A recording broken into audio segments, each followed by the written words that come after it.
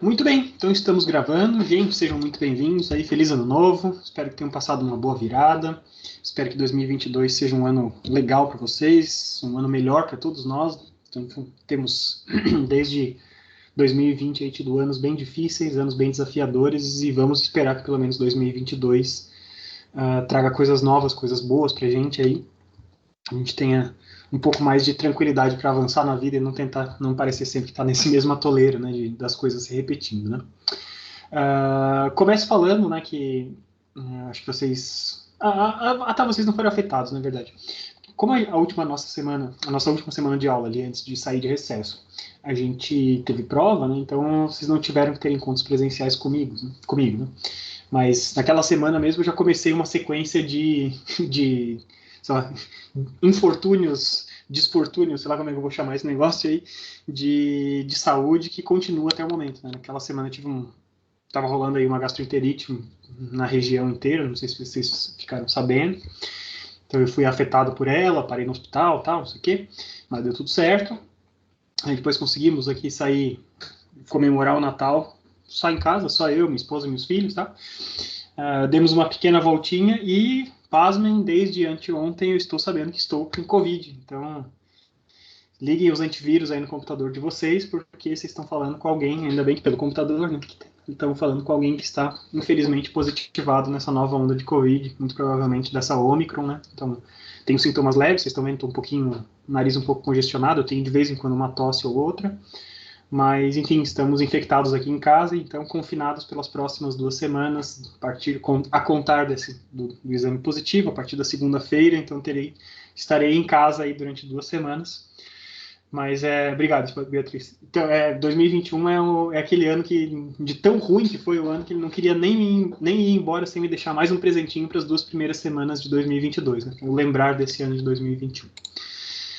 Bom, tudo isso não é uma desculpa, não é nada, né? Mas acho que vocês conseguem entender por que eu não consegui mexer em nada das provas de vocês ainda, tá? Então, aí ao longo dessas próximas semanas, vou tentar dar um jeito aqui, estabilizar as coisas aqui em casa, porque estamos todos contaminados, né? Todos nós 4 estamos com sintomas leves, como eu falei, mas estamos com sintomas. E isso é bem preocupante com um bebezinho de 2 meses, né? Meu filho completou 2 meses ontem, e a gente está super de olho, de antena ligada o tempo inteiro, tem que ficar em cima, porque não que haja algum remédio, né? Acho que não estou contando novidade para nenhum de vocês, né? Levar o filho ao médico com esperança de ter algum remédio para Covid é a pior viagem possível, né? Porque qualquer coisa que te empurrarem não vai ter tido comprovação ainda, pelo menos as coisas disponíveis no Brasil. Existem alguns países que já têm coisas aprovadas. Mas, enfim, isso requer cuidados e tal, então eu não estou exatamente com muito tempo livre aqui em casa nesse momento. Eu espero que vocês compreendam. Acho que não vai ter nada que comprometa as nossas aulas, né? A gente está fazendo aqui a aula ao vivo agora. Mas como eu estou, voltando a falar das nossas aulas, né? Como eu estou agora em casa, eu não estou podendo ir presencialmente ao campus, eu queria saber se podia ser para vocês a gente voltar ao nosso horário normal, das quartas e daí das quintas, aquele horáriozinho no final da tarde, tá? Vocês podem conversar entre vocês, não sei se vocês já combinaram ou têm compromissos para esse mesmo horário, tá? Se alguns de vocês já tiverem compromissos para esse horário, a gente mantém o horário que a gente vinha fazendo na segunda-feira, no final da tarde, não tem problema. Mas se fosse possível, né, se não houver nenhum impedimento para nenhum de vocês, talvez a gente pudesse manter o horário regular, porque aquela mudança de horário de quinta para segunda tinha a ver simplesmente com os meus horários, com a minha possibilidade de chegar em casa para falar com vocês no horário combinado, sem maiores sobressaltos, né? Então, como eu estaria em casa aí fixo nas próximas 2 semanas, talvez a gente não precise fazer essa mudança de horário. Depois vocês perguntam entre vocês, a gente não precisa nem responder agora, né? Porque só temos, acho que 12 pessoas aqui, 12 alunos, né? Não, eu conto junto, então são 11 alunos que estão assistindo ao vivo. Então é melhor vocês perguntarem entre os alunos da sala e verem o que vocês acham. O que vocês preferem? Manter o horário que está programado, né? Originalmente na quinta-feira, das 5h10 até as 19 horas, ou ir para manter aquele que a gente vinha fazendo na segunda-feira, depois do que seria aquela aula de vocês de segurança do trabalho, tá? Então, ao longo dessas próximas semanas, como eu estou falando, a gente vai ter que desenrolar bastante coisa aqui em casa, mas assim que possível, eu prometo para vocês que assim que possível, assim que eu conseguir descolar um tempinho, as coisas estiverem mais, a poeira estiver baixada, a gente já estiver melhorando aqui, eu me dedico aí às provas de vocês para vocês não ficarem no escuro, né? Não ficarem tanto tempo assim no escuro, mas realmente está bem complicado as 2 últimas semanas. Bom, foram semanas complicadas, ok, mas a gente ainda tem mais um mês de aula agora e a gente tem bastante conteúdo ainda para passar, né? Como eu tinha falado para vocês, até o momento a gente focou essencialmente em álgebra linear, né? Então focando nos objetos de estudo mais correntes da álgebra linear, vetores, matrizes, propriedades diferentes de matrizes e tal. Hoje a gente ainda entra na última sessãozinha relacionada a esse tema, tá? Então a sessão de transformações lineares, uma sessão que a gente já falou bastante tempo. Entender matrizes como transformações lineares, entender como que uma transformação linear, o que quer dizer, né, transformação linear, como que isso pode ser representado através de uma matriz. E a gente vai falar bastante sobre representações, a gente vai falar sobre bases possíveis, né? Então, mudanças de base, como que uma transformação linear tem representações diferentes em diferentes bases, como é que a gente muda de base. Então, é sobre esses temas que a gente vai falar na aula de hoje e na próxima aula, que pode acontecer ou nessa quinta, se vocês quiserem, amanhã, ou na segunda-feira da semana que vem, tá? Então, a gente tem esse último temazinho de álgebra linear e depois a gente tem que voltar para a geometria analítica, né, que é o resto do nome da nossa disciplina, geometria analítica. E a gente volta para a geometria analítica para falar sobre algumas coisas diferentes, né? Equações de retas, planos, cônicas, diversos tipos de equações diferentes. Então, como que a gente descreve, né, matematicamente num plano cartesiano ou num espaço, num plano cartesiano de 2 dimensões ou num espaço cartesiano de 3 dimensões, tal? Como que a gente descreve matematicamente algumas curvas importantes aí que podem aparecer ao longo da carreira de vocês, da vida profissional de vocês, tá? Então esse é o plano aí para as próximas semanas. A gente ainda tem mais uma prova, né? Conforme a gente já tinha combinado. Então vocês terão mais uma lista que vai tratar sobre autovalores e autovetores. Lembre-se que eu não tinha conseguido finalizar a lista e por isso não caiu na prova anterior. Vocês terão uma lista sobre isso, vai ser importante, vai ser bom para vocês revisarem. Uma outra lista que vai falar sobre a decomposição do valor singular, que era o tema até a aula passada, e mais o tema da aula de hoje e da próxima, que é transformações lineares e bases, tá? Então temos 2 listas ainda sobre álgebra linear. E eu acho que eu vou concentrar todos os temas da geometria analítica em uma lista só. Talvez seja uma lista um pouquinho maior. Então teremos mais 3 listas e uma prova aí ao longo desse mês. Lembrando que as listas são mais para vocês praticarem, né, o que vocês precisam para o momento da prova. Mas tudo isso resumindo, vocês terão um trabalho aí ao longo do mês de janeiro. Acho que eu não estou contando novidade para vocês, né? Então vamos lá, vamos falar um pouquinho, vamos ver. Eu devo estar um pouco enferrujado aqui na utilização do tablet, né? Mas enfim, vamos falar hoje então sobre transformações lineares. E depois a gente vai falar sobre base, né? Mas hoje a gente vai falar essencialmente sobre transformações lineares.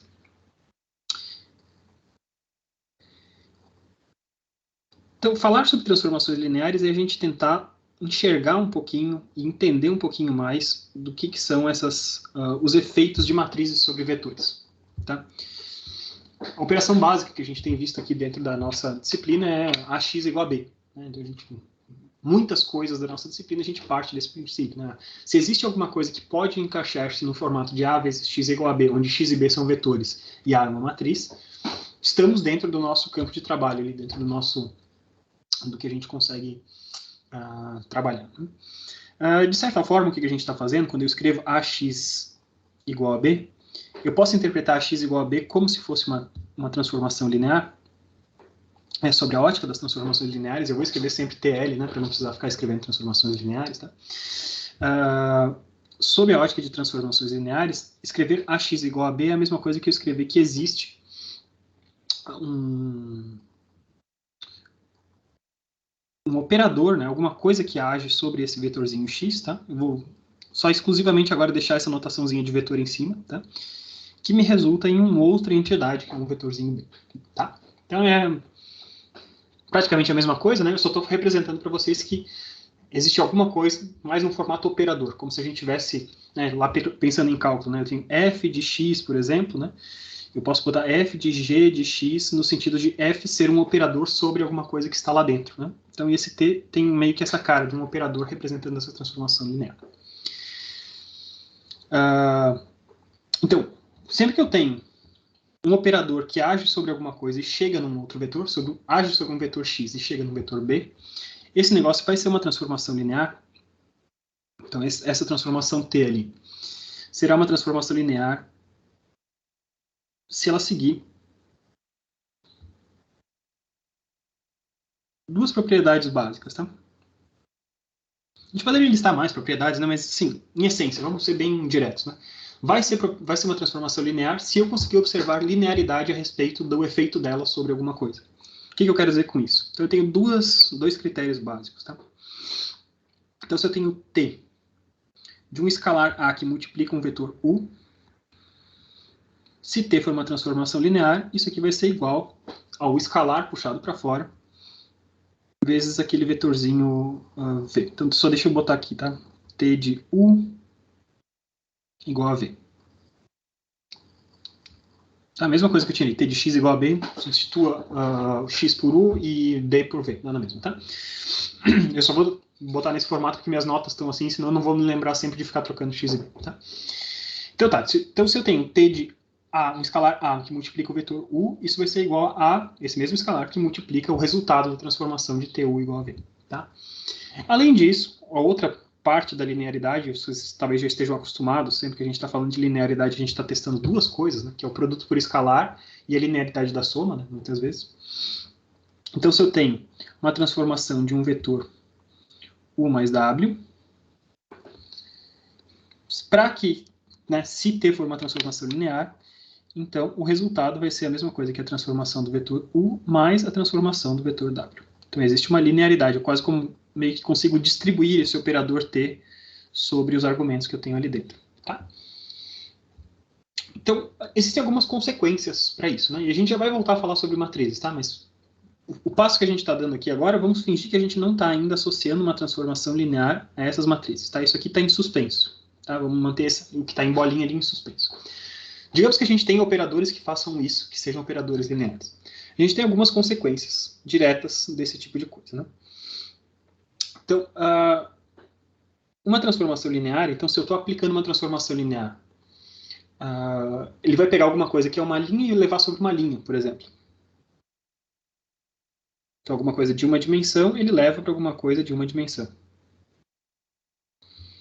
Se eu aplico sobre uma área, ele leva para uma área.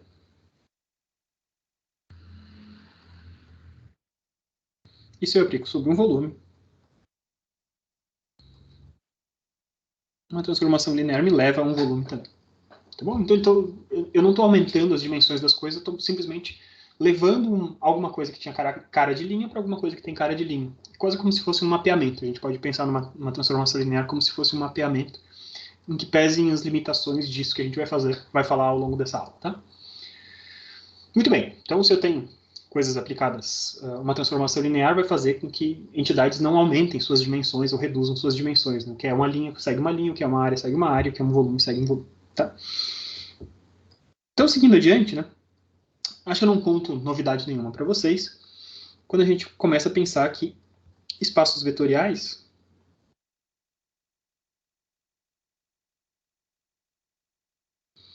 podem ter infinitas bases diferentes.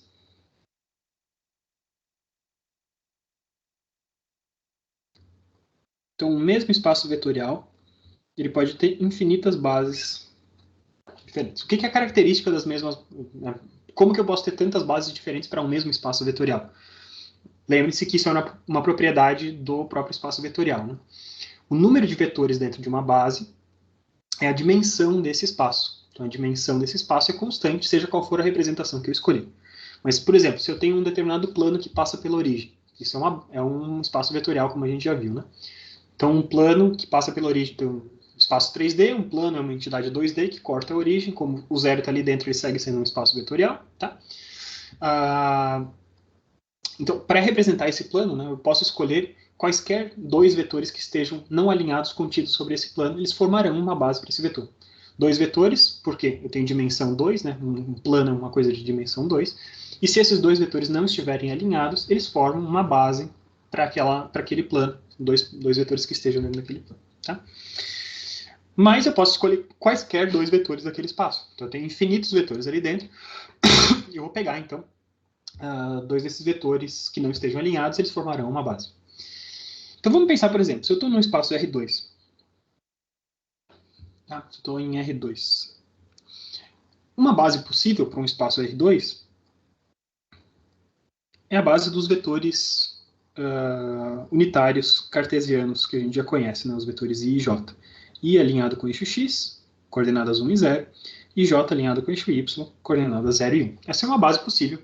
Com esses dois vetores eu consigo gerar qualquer outro vetor, com as combinações lineares desses vetores eu consigo gerar qualquer vetor dentro de R2. Mas não é a única base possível. Dois vetores que não estejam alinhados em R2 também formam uma base para o meu sistema, para o meu espaço vetorial. Né? Então, se eu tenho um vetor U, 1 e 1, e um vetorzinho V, 1 e menos 1, por exemplo, esses dois vetores também formam uma base para R2. Qualquer combinação de vetores, desses vetores U e V também preenchem totalmente o espaço R2. Tá? Muito bem. Então, se eu tenho um vetor qualquer, tá? Então, T pertencente a R2, mas é um vetor qualquer pertencente a R2. Dependendo da base que eu escolhi, T terá representações diferentes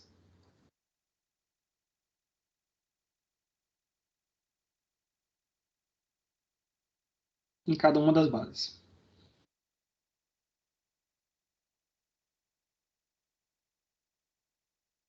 O que eu quero dizer com isso? Eu tenho o mesmo vetor, o vetor é o mesmo, ele está apontando para a mesma direção, só que dependendo da base que eu escolher, ele vai ter representações diferentes. Tá? Então, se eu pegar minha base formada por Is e Js, tá?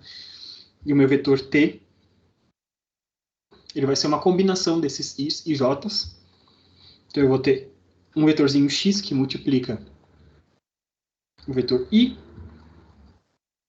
e um vetorzinho, não, desculpa, um escalar X que multiplica o vetor I, tá aqui, né? E um escalar Y que multiplica o segundo vetor. Tá? Quando a gente fizer isso aqui, nessa base ele vai ter aquela representação X e Y, tranquilo, mais clássica que a gente pode imaginar. Só que esse mesmo vetor, ele vai ter uma representação distinta se eu pensar que a minha base é U e V. Então, um vetor T qualquer, ele vai ter alguma coisa. Vai ser um escalar A que multiplica o primeiro vetor da base, que é o vetor U.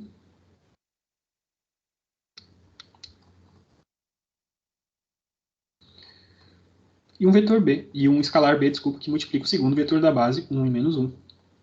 Segundo vetor da base, vetor V. Isso um mesmo vetor T terá representações diferentes. Na base IJ, ele será representado pelas coordenadas x e y. X que multiplica o vetor I, y que multiplica o vetor j. Na base U e V, ele terá representações A e B. A, o escalar que multiplica o vetor U, e B que multiplica o vetor V. Tá bom? Então, uma vez que eu escolho uma base, né, para ser uma base, como a gente fala que a gente está escolhendo uma base, a gente está escolhendo alguma coisa que tenha um número suficiente, mas não excessivo de vetores. Né? Então, a base tem exatamente o número de vetores que é a dimensão daquele espaço. Então, qualquer vetor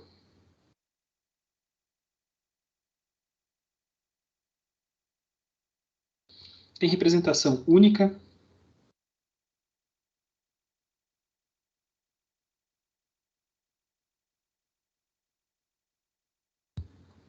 uma vez que eu escolhi a base. E por isso que uma base é útil. Né? Então, se eu tivesse dentro de uma base, eu pudesse ter mais de uma forma de representar um vetor, isso seria uma base seria inútil. Né? Então, não seria uma base, seria um conjunto de vetores, mas dentro deles teriam vetores linearmente dependentes, obrigatoriamente. Tá?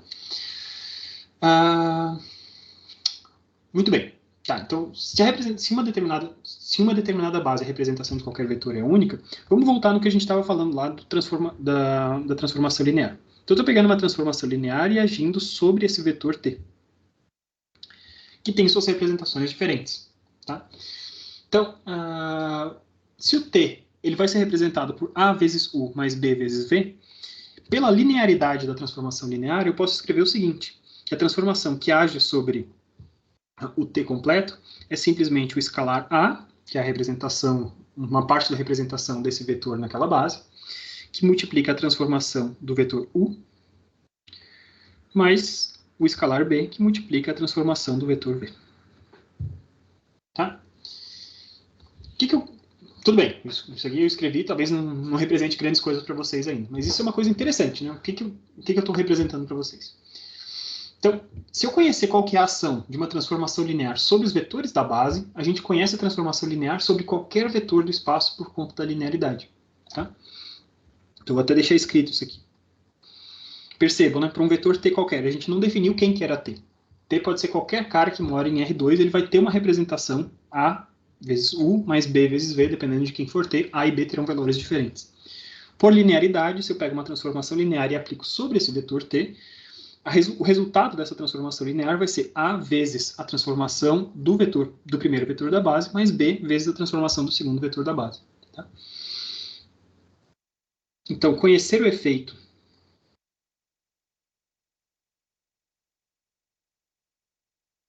de uma transformação linear sobre vetores da base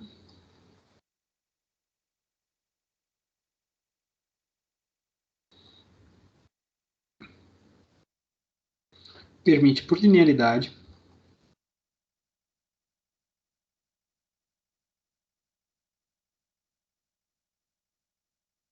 conhecer seu efeito sobre qualquer vetor.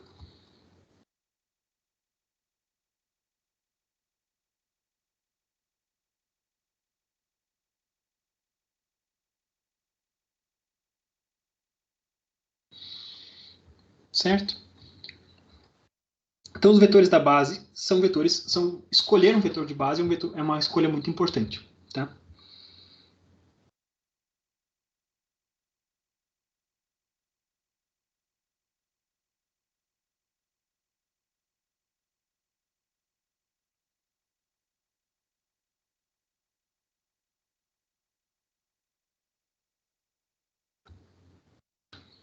Se houver escolhas melhores de bases, umas com relação às outras, né? Se tem bases que são melhores que outras, ah, isso quer dizer que a nossa representação da nossa transformação linear fica mais direta, mais rica, mais produtiva do que outra, tá bom?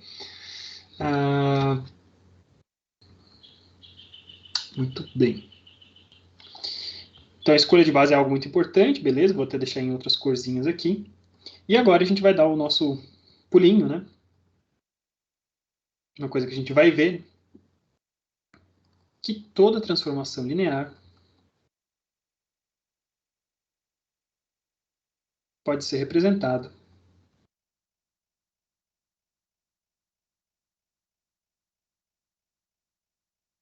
por uma matriz. Isso também merece sua corzinha aqui. Tá? Então a gente está falando de coisas que são transformações lineares, que a gente ainda não tinha feito o vínculo de uma transformação linear com uma matriz, e a gente vai ver agora que uma transformação linear, T de U, por exemplo, está diretamente conectada com uma matriz A que multiplica esse vetor U. Beleza?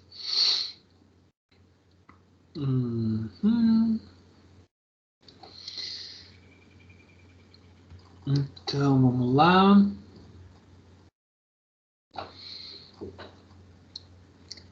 Então, a gente está falando de escolha de base e de associações entre transformações lineares e matrizes, tá bom? Cada escolha de base é diferente, e lembre-se que a gente tem infinitas bases para qualquer problema que a gente tiver. Cada escolha de base implica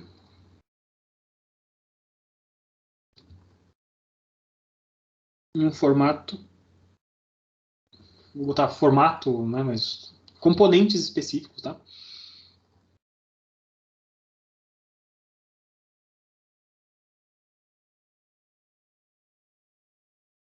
Dessa matriz A. Então, a nossa matriz A depende da base que foi escolhida. A gente escolhe uma determinada base, a partir daí, uma vez que essa base está escolhida, a gente monta a matriz A. Se eu mudei a base para esse mesmo problema, o formato, as coisas que tem dentro de A vão mudar também, tá bom? A gente vai ver, vamos praticar isso logo em seguida. Ah,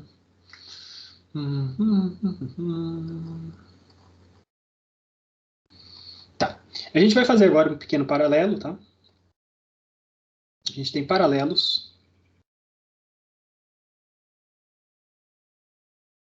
entre transformações lineares. Né? Eu vou introduzir para vocês nomenclaturas que são mais relacionadas ao campo de estudo de transformações lineares e relacionar isso com as matrizes, tá?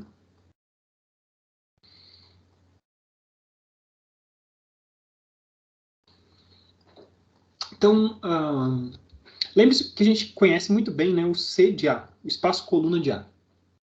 O que era o C de A? É um espaço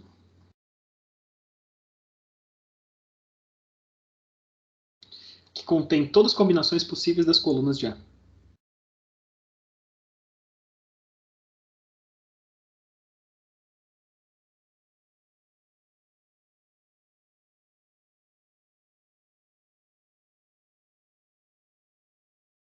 Certo?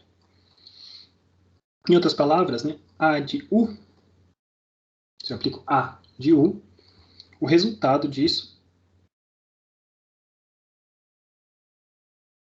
sempre sai do espaço coluna de A.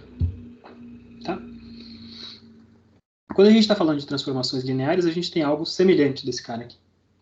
Tá? Em inglês, a palavra é range, da transformação linear. Em português, domínio. Domínio? Domínio ou imagem? Imagem, né? Imagem. Eu vou ter que conferir depois, tá? Mas eu acho que é imagem aqui, nesse nosso caso. É a imagem da transformação linear. Tá? É onde vai parar, né? Uma vez que eu apliquei uma transformação T sobre um vetor U, onde o resultado disso vai parar. Então, por isso que eu acho que é a imagem, tá? Muito bem. Mas depois eu confiro para vocês se eu falei alguma besteira. Talvez é o domínio, talvez é a imagem. Não sei se eu estou falando besteira aqui. E além disso, a gente conhecia um outro espaço importante, tá? O N de A, que era o espaço nulo, né? O espaço de vetores, o espaço com todos os vetores cuja ação de A leva a um vetor nulo.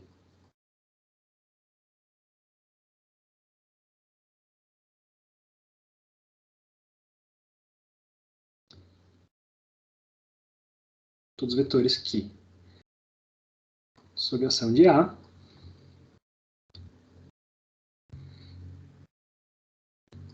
levam ao vetor nulo.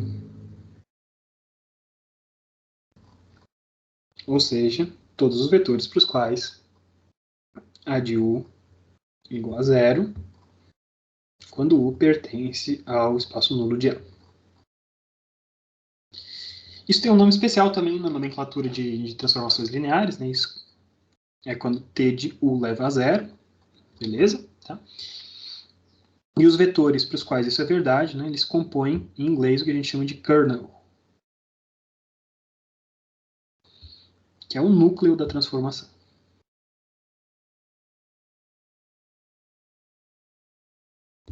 Tá bom? Então vocês estão vendo, né? Coisas que a gente já tinha falado antes, eles ganham novos nomes. O conceito é totalmente equivalente ao que a gente tinha antes, mas eles ganham novos nomes aqui porque a gente está tratando agora de transformações lineares. Tá? Então vamos ver como é que a gente descobre quais são as matrizes relacionadas a uma transformação linear.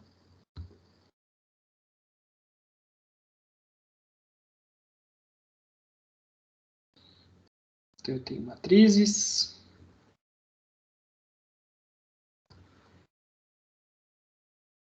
De uma transformação linear.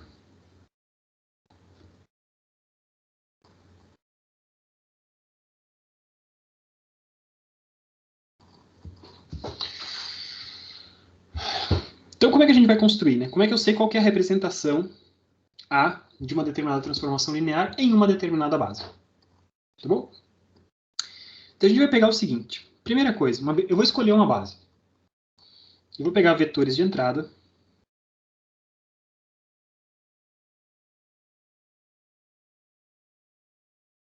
U, que estejam representados em uma base conhecida. E a base conhecida eu vou chamar de V1 até Vn. Tá bom? Em seguida, a gente vai pegar e vai aplicar a transformação linear a cada vetor da base.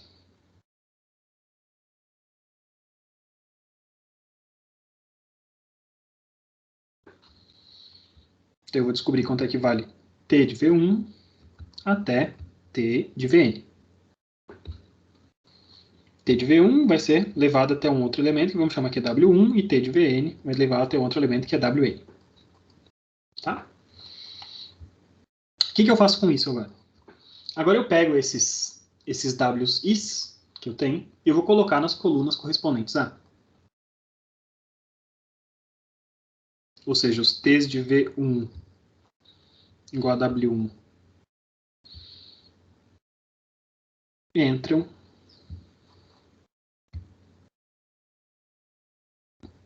na coluna, vou botar os I's aqui, tá? T de VI entram na coluna I de A, e com isso a gente tem uma representação dessa transformação linear na base escolhida. Então eu tinha um vetor U, que estava em uma determinada base, eu pego os vetores dessa determinada base, faço as transformações lineares nos vetores da base, descubro os vetores resultantes, e esses vetores resultantes preenchem as colunas da minha matriz. Tá? Então vamos ver o que isso representa. Tá? Tem um determinado vetor V,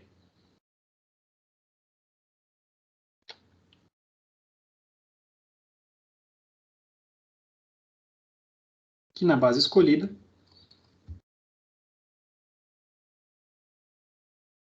vai ter os seguintes coeficientes.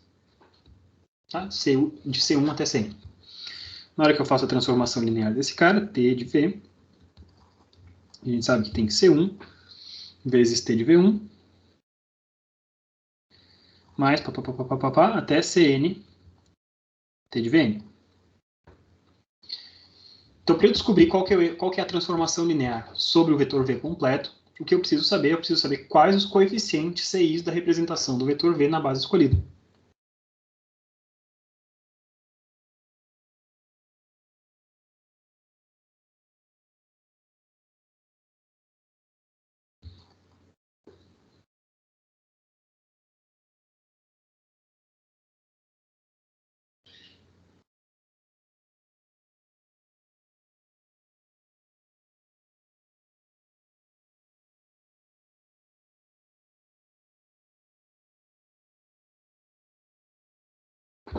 Tá? Basicamente é isso. Então vamos lá para um exemplo, né, para ficar mais claro.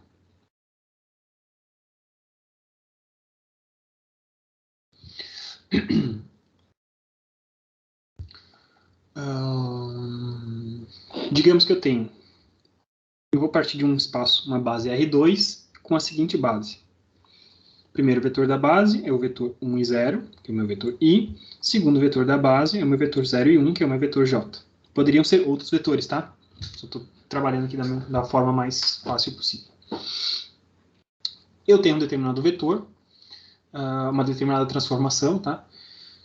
Que, digamos que eu saiba que T de V1 vai me levar ao vetor 2, 3, 4, e T de V2 me leve ao vetor 5, 5 e 5. Então é uma transformação linear, percebam que eu não preciso necessariamente estar apenas em R2, né? Passei alguma coisa de R2 foi para R3, não tem problema, isso vai estar representado pelo formato da matriz. Tá? E tendo feito isso, então com esses dois vetores da base, eu sei que a representação associada a esse vetor tem essas duas colunas. Então, 2, 3, 4, 5, 5, 5 é a representação dessa transformação linear dentro dessa base que eu tinha escolhido anteriormente. Tá, então, eu sei que essa é a representação agora, seguir a minha receita. Né? Então, eu vou pegar agora um vetor qualquer, vetor V, que vai ter seus coeficientes relacionados a cada um dos vetores da base.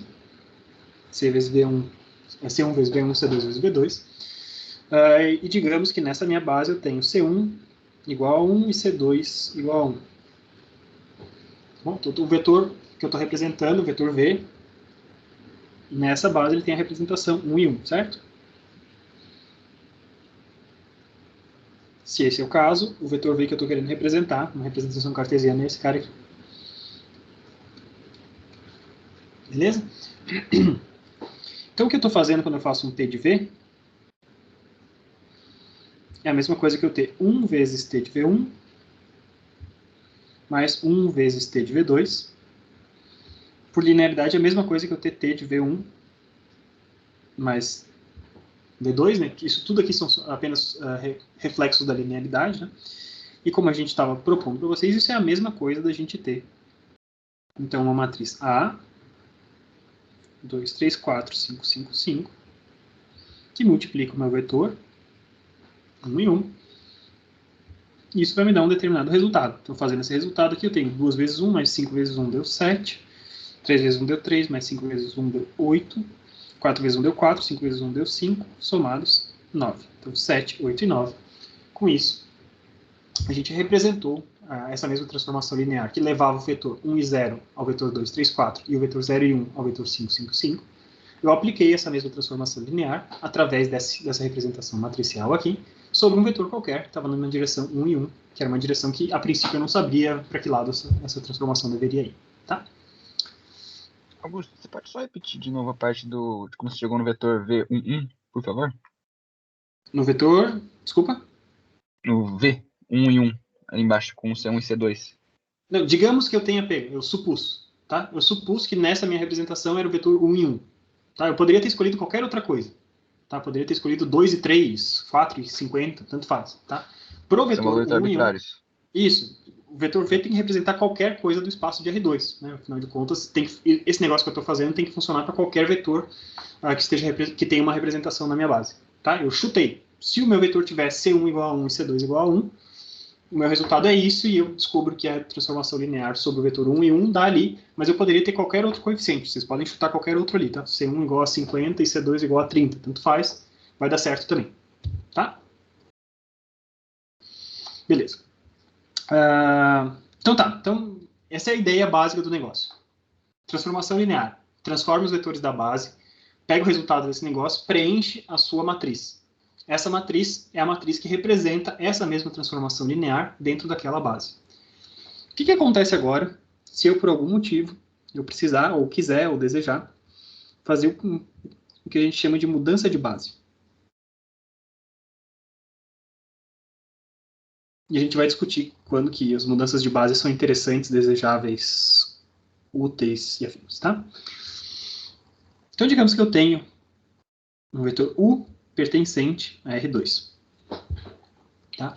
E eu tenho um outro vetor V pertencente a R2. Os dois caras estão em R2, tá? Vou supor agora que a transformação linear que eu quero fazer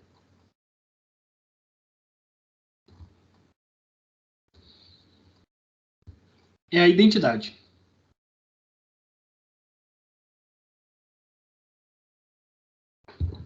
Ou seja, o vetor não é alterado pela transformação linear. Ele age sobre a transformação linear e o resultado é o próprio vetor de entrada.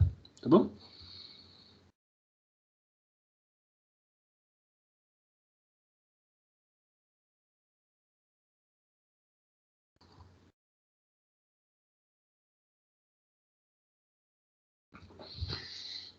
Nem sempre, tá? Uma coisa que é importante da gente ver, que nem sempre a minha matriz A associada a esse cara vai ter que ser igual à matriz identidade que a gente conhece. Por quê? Porque a gente pode ter bases diferentes para R2 em U e V.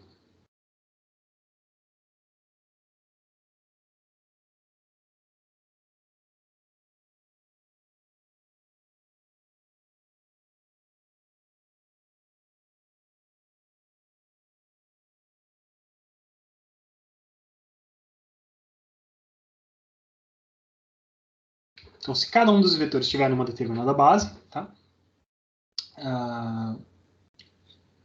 Eu fizer uma transformação linear desses caras, eu quiser fazer uma transformação linear que não altera quem é o vetor, o que eu posso fazer, na verdade, vai ser eu posso fazer uma mudança, uma transformação linear que faz simplesmente a mudança de base. O vetor segue sendo exatamente o mesmo, mas essa transformação linear, a matriz que a gente aplica, ele simplesmente vai fazer a mudança da representação desses vetores de uma base para outra. Tá? Nesses casos, a transformação linear correspondente é uma mudança de base.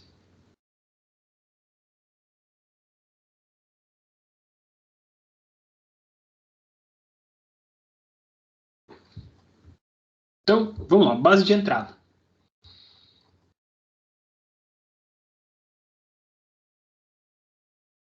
Base de entrada está relacionado com a base no qual estava o meu vetorzinho U. Tá? Eu vou fazer T de U é igual a V. Estou seguindo aquele formato. T de U é igual a V, e eu quero que eu não altere esses vetores. Eu estou simplesmente mudando a base desses caras. Na base de entrada, então, isso está relacionado aos vetores que eu precisava para representar U. Como eu estou em R2, eu preciso de dois vetores para representar esse cara. Então, eu tenho o 1 e o 2. Vamos supor que essa base seja os seguintes vetores. De novo, estou supondo dois vetores que são dois vetores não alinhados, tá? Mas poderia supor qualquer outra coisa. Digamos que eu tenha 3 e 3, 6 e 8. Isso é a minha base de entrada. A base na qual estava representado o meu vetor U de entrada. Ao final de eu aplicar essa minha transformação linear, T de U é igual a V, V vai estar representado na base do espaço V que eu estou, né, da base V que eu selecionei para o cara de R2. Então, a minha base de saída também tem dois vetores. Então, eu tenho V1 e V2. E digamos que a minha base de saída seja 3, 1, 0 e 2. Vocês percebem que eu tenho vetores diferentes na entrada e na saída. Só que eu quero fazer, então, uma transformação linear que seja uma transformação de identidade. Eu não quero mudar o vetor, eu só quero representar ele de formas diferentes. Primeiro eu começo representando ele na base de U, e depois eu passo representando ele na base de V. Tá? Minha transformação linear, minha transformação linear que leva de uma base para outra, é uma transformação que trabalha com o mesmo R2 nos dois lados, mas com bases diferentes. Certo? Então, o que eu preciso para fazer isso? Né? Eu preciso descobrir, basicamente, como é que eu represento os U's em termos dos V's. Tá? Então, o U1 era um vetor da base original, ele tem uma representação em termos dos V's. Então, ele tem alguma coisa que multiplica V1, mais alguma coisa que multiplica V2, e isso vai me dar o vetor U1. Da mesma forma, o vetor U2 tem alguma outra coisa que multiplica V1 e outra coisa que multiplica V2. E isso vai fazer com que eu consiga transformar um vetor de uma base, um vetor da base de U, em termos dos vetores das bases de B. Tá? Especificamente para esse problema, tá? Vocês podem... Tem diversas maneiras de vocês resolver esse problema. Mas é possível vocês perceberem que o vetor U1 ele vai ser uma vez o vetor V1 mais uma vez o vetor V2. Tá? Então, somamos ali o 3, 1 com o 0, 2, somando esses dois caras componente a componente, sobrou 3 e 3. Então, eu recompus, né, o vetor U1 é uma vezes V1 mais uma vez V2. Tá? E em seguida, o vetor V2, vocês podem dar um pouquinho mais de trabalho para descobrir, mas dá para descobrir também. Ele vai ser 2 vezes V1 mais 3 vezes V2. Tá? 2 vezes V1 preenche aquele 6 ali do primeiro termo, né? 2 vezes 3 deu 6. Daí eu já tenho 2 herdado do cara de baixo. Para eu chegar em 8, eu preciso 3 vezes do V2. Então, 3 vezes 2 deu 6, com os 2 que eu tinha, deu 8. Cheguei nessa conclusão. Tá? Então, o que eu precisei aqui? Eu precisei identificar esses carinhas aqui. Opa! Precisei identificar quem que eram esses carinhas aqui. Os coeficientes que permitem a gente representar um vetor de uma base com respeito a outra base. Tá? E esses carinhas que a gente tem aqui, vocês percebem que a gente tem coisas que multiplicam V1 e coisas que multiplicam V2. Então, claramente, o que eu estou fazendo aqui, eu posso transformar isso em produto de duas matrizes, na verdade. Tá? Então, essa operação que eu estou fazendo aqui, esses parênteses, U1 em termos de V1 e V2, é totalmente equivalente a eu ter escrito isso aqui. Augusto. Oi. Essa relação que você fez para achar esses coeficientes, você fez que a base de entrada com a base de saída ou só com a base de entrada? Tem que relacionar os dois, né? A base de entrada tem o 3 e 3. Ó, o 1 é 3 e 3. Então, para eu chegar em 3 e 3, o que eu precisei combinar do V1 e do V2? Foi esse raciocínio que eu fiz, né? Para eu chegar no U2, o que eu precisei combinar de V1 e de V2? Tá? Beleza. Tá. Então, olha só, eu tenho esses dois, os vetores da base, V1 e V2, estão ali, da base de saída, estão aqui. E eu estou multiplicando eles por coisas, né? Por coisas diferentes. Então, vocês observam, eu tenho o 1 e o 2 aqui que estão multiplicando o V1, né? Então, na primeira linha, o 1 é uma vezes V1 e na segunda linha, o 2 é 2 vezes V1. esse 1 e 2 vai aparecer aqui, ó. Tá bom? Na hora que eu faço o produto desses dois caras, faz sentido a gente fazer representar dessa forma esse carinha aqui, tá? E depois a gente tem 1 e 3. Tá? Se eu não perdi nada ao longo do caminho, é isso. 1 multiplicado por 1. Acho que é isso, tá? E esse carinha, então, vai ser igual o 1, o 2. Tá? Então, o que fez essa minha matriz no meio do caminho? Ela fez simplesmente a mudança de base. De um lado eu tinha uma das bases, do outro lado eu tinha outra das bases. E essa matriz no meio do caminho eu vou chamar de uma matriz B, que é uma matriz de mudança de base.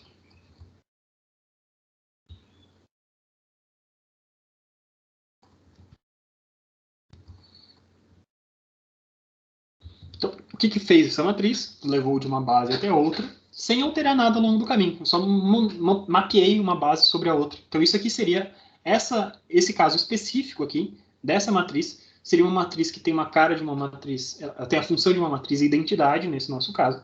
Não mudei vetor nenhum, eu só mudei a representação de vetores entre essas duas bases. Tá?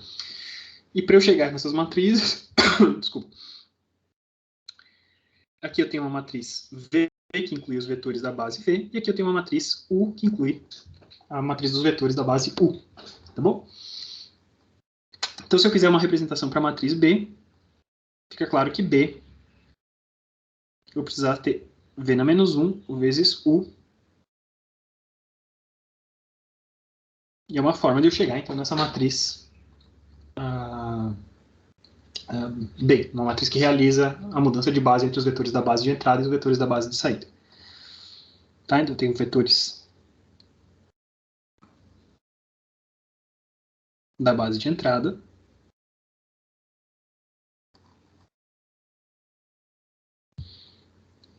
E aqui eu tenho a inversa da matriz com os vetores da base de saída. Então, seja qual for a base que eu escolhi, seja qual for a dimensão do meu espaço, a gente fez aqui, por exemplo, 2×2, né? Mas a gente poderia ter um espaço de qualquer dimensão que a gente tivesse. Se a gente está fazendo simplesmente uma transformação de bases, a gente vai ter, então, uma matriz B que representa essa mudança de base, e ela está relacionada com essas matrizes que contêm os vetores da base, respectivamente, né? Da base de entrada e da base de saída. Muito bem. Então, caso especial.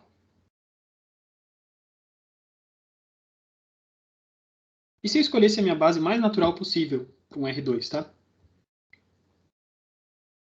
Se a minha matriz U contivesse os vetores I e J, ou seja, se ela fosse a identidade diretamente.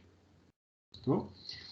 Então, se a minha base de entrada, né, se o meu vetor de entrada ele é um vetor que entra com a base padrão, nesses casos, nesse caso e apenas nesse caso, a matriz B, a matriz de mudança de base para qualquer outra base, vai ser simplesmente a matriz inversa dos vetores da base que a gente está desejando ir, para qual a gente deseja migrar, tá bom? Então esse é um caso especial. Porque, a rigor, eu não sou obrigado a começar com um vetor que esteja nessa base mais natural, 1 e 0, 0 e 1. Eu posso começar com qualquer outra coisa. E se eu começar com qualquer outra coisa, essa matriz U, ela aparece ali dentro da descrição da matriz de mudança de base, tá?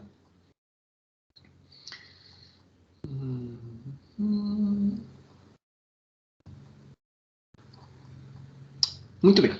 Então, a gente falou agora de matriz de mudança de base, porque a gente tinha falado o quanto era importante uma base, né, a escolha de uma base em termos de transformações lineares. Se eram transformações lineares, para a gente saber o efeito de uma transformação linear sobre qualquer coisa, bastava a gente saber o efeito da transformação linear sobre os vetores da base escolhida. Tá? Então, se eu precisar mudar de base por algum motivo, e a gente vai ver mais para frente, talvez não na aula de agora, mas na próxima aula a gente fala um pouquinho sobre quando que a gente gostaria de mudar de bases, tá? E que tipo de base é interessante para a gente. Ao fazer isso, a gente vai, então, definir o que a gente vai escolher da melhor forma possível. Tá? Então vamos continuar, voltando, né? Agora que a gente já sabe como é que funciona uma transformação linear, um exemplo de transformação linear, que é o exemplo de transformação identidade só com mudança de base, a gente já viu como é que a gente constrói isso. Vamos voltar a falar sobre matrizes que representam transformações lineares, tá? Então, continuando o que a gente tinha antes. Continuação sobre matrizes que representam transformações lineares. No caso geral,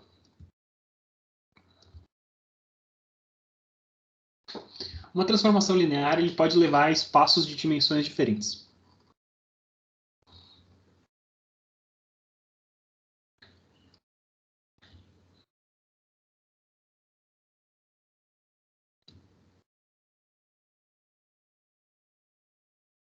De um espaço que eu vou chamar de entrada, Rn,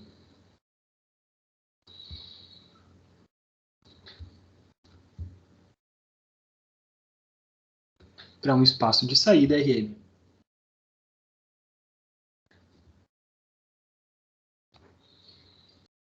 Tá? Nesse caso, quando a gente tem quando uma transformação linear age sobre vetores que moram num espaço e entrega vetores que moram em um outro tipo de espaço de dimensões diferentes, a minha matriz é retangular e A vai ter dimensões m por n. Então a gente ganha uma nova interpretação do que seria uma matriz retangular. Uma matriz retangular, então, é uma matriz que representa uma transformação linear entre espaços de diferentes dimensões. Talvez isso já tivesse claro para vocês antes, mas agora que a gente está falando de transformações lineares, como simplesmente pegar alguma coisa e mapear para outro lugar, pensando na transformação linear nesses termos, fica muito claro o que representa, né, o que é o significado de uma matriz retangular. Mesmo que a gente tenha uma matriz retangular, os termos dessa matriz são obtidos da mesma forma, tá?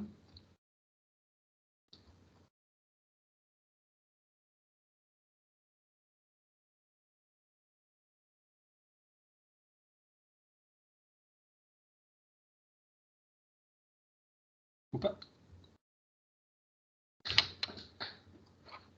Então, Desculpa, o que eu preciso fazer? Eu preciso aplicar a transformação linear aos vetores da base de entrada.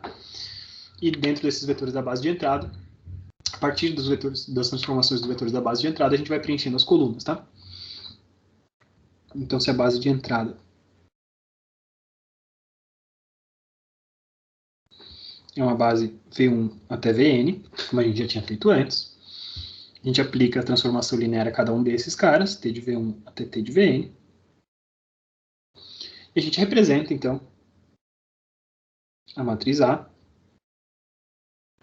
tem colunas t de V1 até t de Vn. Tá bom? O que eu tenho dentro de cada uma dessas posições, A, I, J, tal, vai depender de quem que é a minha base de saída. Tá? Então, o valor individual, né?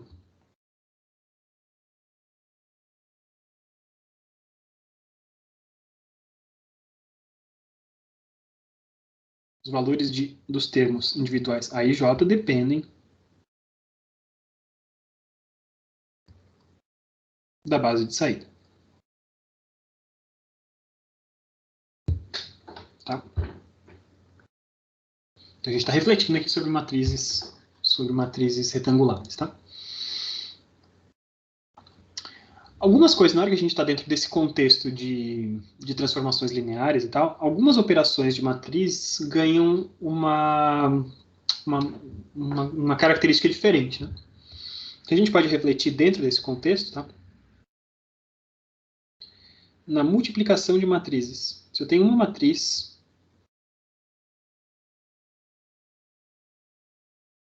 multiplicada por outra, multiplicação de matrizes passa a ser interpretado e visto como uma combinação de transformações lineares. Tá? Então, se eu tinha A vezes B, duas matrizes, e eu sei que T de U é alguma coisa que está diretamente associada, né? Existe uma relação entre esses dois caras, com A multiplica U. e eu tenho que S de V, uma segunda transformação linear, está associada com essa matriz B. Tá? Quando eu faço A vezes B, o que eu estou fazendo, na verdade, é o seguinte, eu tenho A vezes B e eu vou pensar qual que é o efeito desse A vezes B sobre um determinado vetor. Tá? Então, se eu tenho A vezes B agindo sobre um vetor V, isso vai ser rigorosamente igual à minha visão de composição de operadores. Tá? Então, esse cara aqui, no nosso caso, equivale a uma operação combinada T e S juntas. Né? Tá? E essa operação T e S ela vai ter algumas características. Né? T e S ela vai pegar o quê? Ela vai pegar alguma coisa que está no espaço U, vai levar para um espaço V, e alguma coisa que está no espaço V vai levar para um espaço W. Tá? Isso aqui é o que é feito pela transformação S, desculpa. E isso aqui é o que era feito pela transformação T. Então eu peguei aqui dentro, né, eu peguei o vetor V, transformei ele através da matriz B, levei para um outro vetor e apliquei sobre esse outro vetor para chegar a algumas outras coisas. Tá? Pensando em termos de multiplicação de matrizes, né, isso tem a ver com as dimensões das matrizes. Então, se eu tenho uma matriz A, que é M por N, e eu estou multiplicando por uma matriz B, que é N por P, por exemplo, como resultado, eu tenho alguma matriz que tem que ser M por P. Tá? Então, isso tem tudo a ver com as dimensões desses caras que estão sendo operados dentro dessa transformação linear. Tá?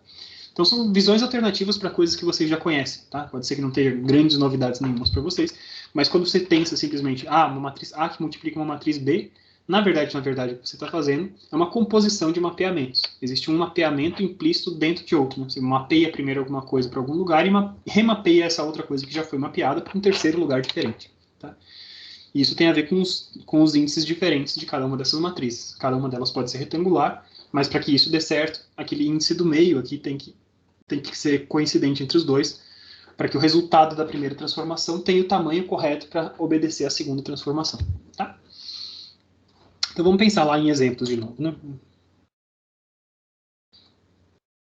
E através dos exemplos a gente vai começar a falar sobre tipos de transformações lineares, que é algo que a gente vai falar um pouco mais na próxima aula. Né? Hoje eu ainda quero ir um pouquinho mais adiante falando um pouquinho mais de bases. Vou fazer esse exemplo agora, depois a gente vai falar sobre escolhas de bases.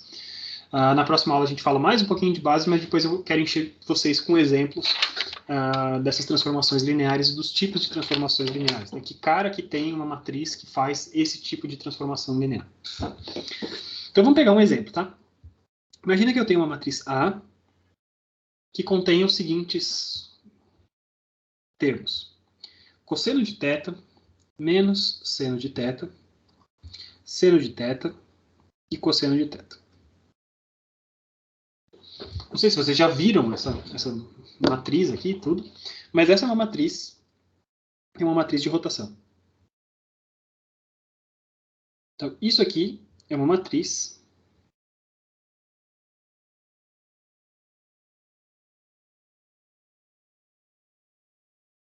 que corresponde a uma transformação linear de rotação. O que acontece? Quando eu pego essa matriz e multiplico por qualquer vetor de R2, ela vai pegar esse vetor e vai rotacionar ele ao redor da origem, né, de um ângulo θ, medido no sentido anti-horário a partir do eixo x. Tá? Então eu tenho aqui x e y estão aqui, eu tenho um determinado vetor aqui. Na hora que eu preencho, né, escolho um determinado θ e preencho essa matriz, aplico essa matriz sobre esse determinado vetor, o efeito dessa matriz não muda nada o comprimento desse vetor, o comprimento continua exatamente o mesmo, mas a gente rotaciona no sentido anti-horário a partir do eixo x, esse vetor de uma quantidade θ. É isso que faz essa matriz. A gente vai ver mais exemplos, como eu falei para vocês na próxima aula, tá? Não se preocupem disso. Tá? Muito bem. Então, eu tenho essa matriz é uma matriz de rotação. Acreditem, né? Se quiserem fazer testes, testem. Né? Tá tranquilo. Né? Pois bem, agora eu quero saber o que acontece quando eu vou fazer uma combinação de transformações, tá? Então, naquela nomenclatura que a gente tinha ali de combinações de transformação, Eu vou fazer duas vezes a mesma transformação, na verdade. Tá? Então, T igual a S, ou seja, A igual a B na nossa nomenclatura ali. E o que eu estou buscando, então, na verdade, é um T quadrado, basicamente. Será que isso aqui dá certo? Isso aqui dá uma rotação de 2θ? Né? É o que tem que acontecer. Se a primeira transformação ela faz uma rotação de uma vez θ e eu estou querendo aplicar sobre essa transformação mais uma vez uma transformação, o efeito total, o efeito combinado dessas duas etapas seria uma rotação de 2θ, medido da mesma forma. Tá? Então, vamos ver se dá certo. Qual que teria que ser o formato, então, desse A ao quadrado, né? A vezes A ou T ao quadrado, então? Então, eu preciso conferir se esse cara vai dar alguma coisa nesse formato.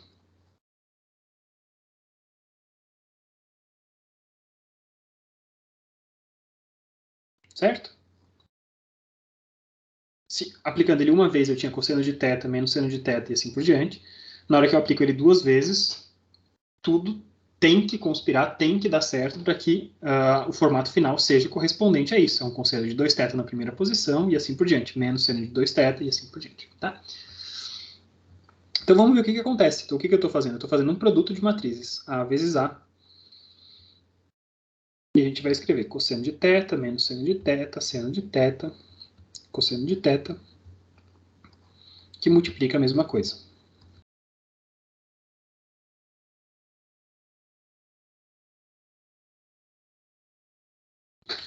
E a gente vai distribuir esses carinhas todos aqui. Né? Então a gente tem, primeiro, cosseno ao quadrado menos seno ao quadrado.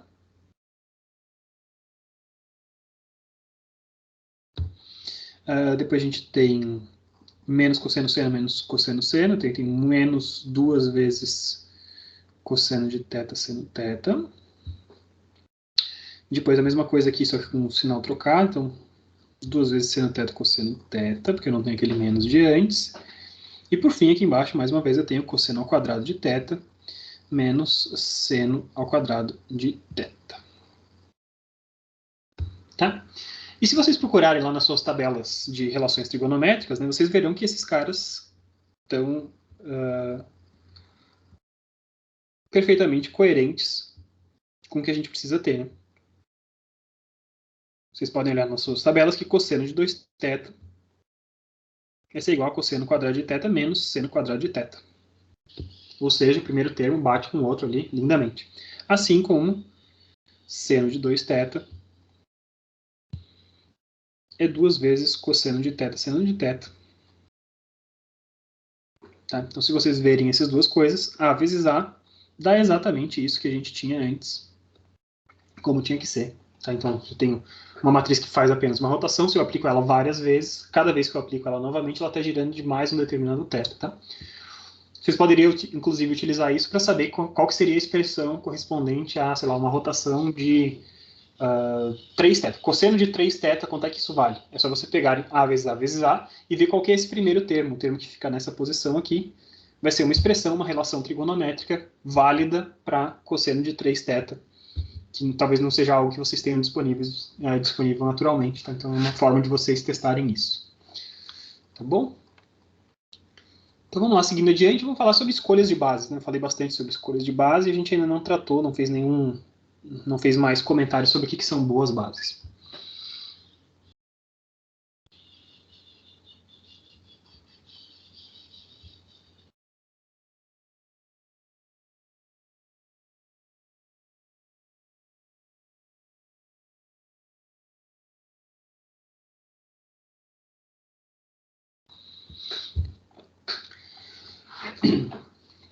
Quando a gente fala de boas bases, a gente está falando mais de conveniência, tá? Então, qualquer espaço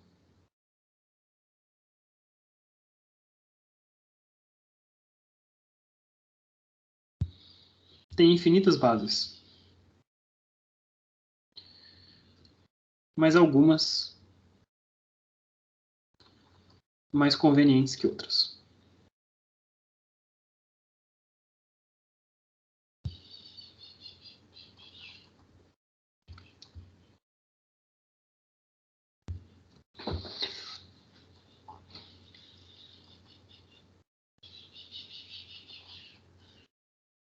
Então, o que eu falo quando uma representação conveniente? É uma matriz, né? Se eu estou falando de uma representação conveniente, lembre-se, sempre que eu falo de transformação linear, ela tem uma representação matricial. Uma vez que eu escolho bases de entrada e de saída, isso ganha uma representação matricial, uma determinada matriz A, com números em cada uma de suas posições. Tá? Então, uma vez que a gente tem essa representação, nessa matriz A, com números em cada uma determinada das posições, alguns deles são mais fáceis de manipular. Algumas dessas matrizes são mais fáceis da gente operar, pensando que a gente sempre vai estar trabalhando com matrizes dentro de computador. Algumas operações são mais fáceis de fazer.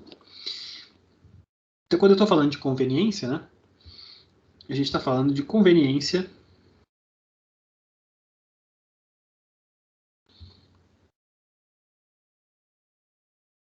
em termos de manipulação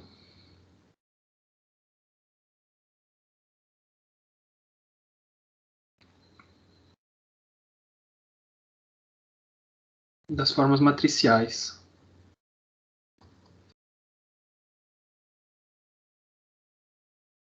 das transformações lineares. Então, idealmente, o que seria o nosso objetivo? O que seria o tipo de matriz mais fácil da gente operar? O meu objetivo, como a gente já falou várias vezes ao longo da nossa disciplina, né? Idealmente, a gente gostaria de representações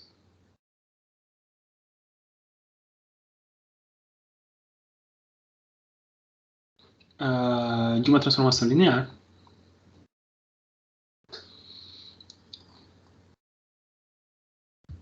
em matrizes diagonais.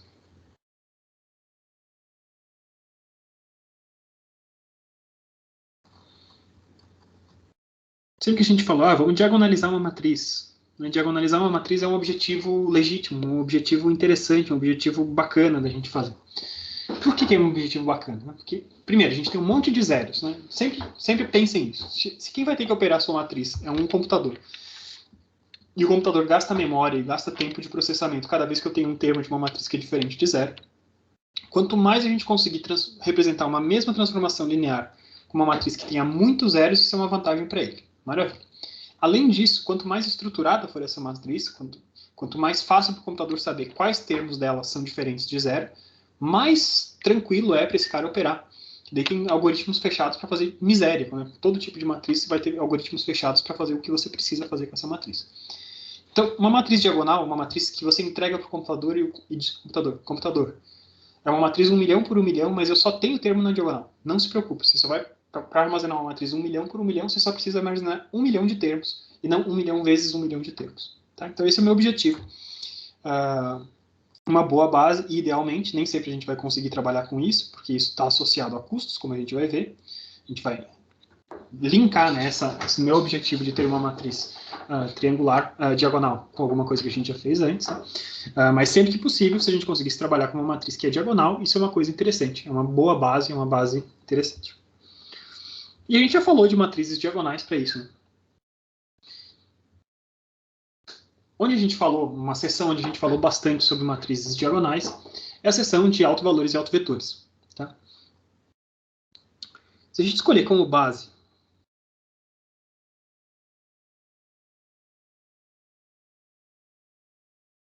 os autovetores, da transformação linear, a gente tem vantagens, né? A gente sabe que a nossa transformação linear será reduzida ao efeito da matriz diagonal.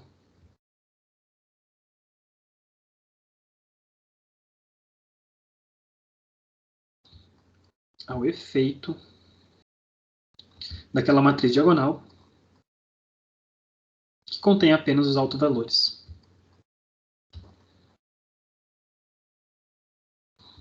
Que a gente chama de grande lambda, né? Lembre-se disso.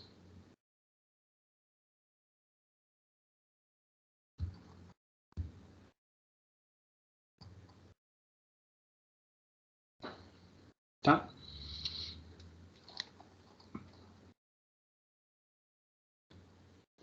Então vamos ver como é que, né, para um exemplinho prático, né, como isso realmente acontece para um exemplinho curto. Né, vocês já estão craques em autovalores e autovetores.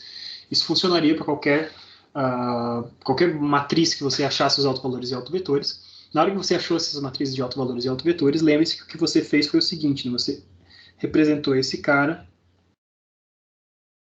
da seguinte forma. Então, você tem a matriz com os autovetores e os autovalores.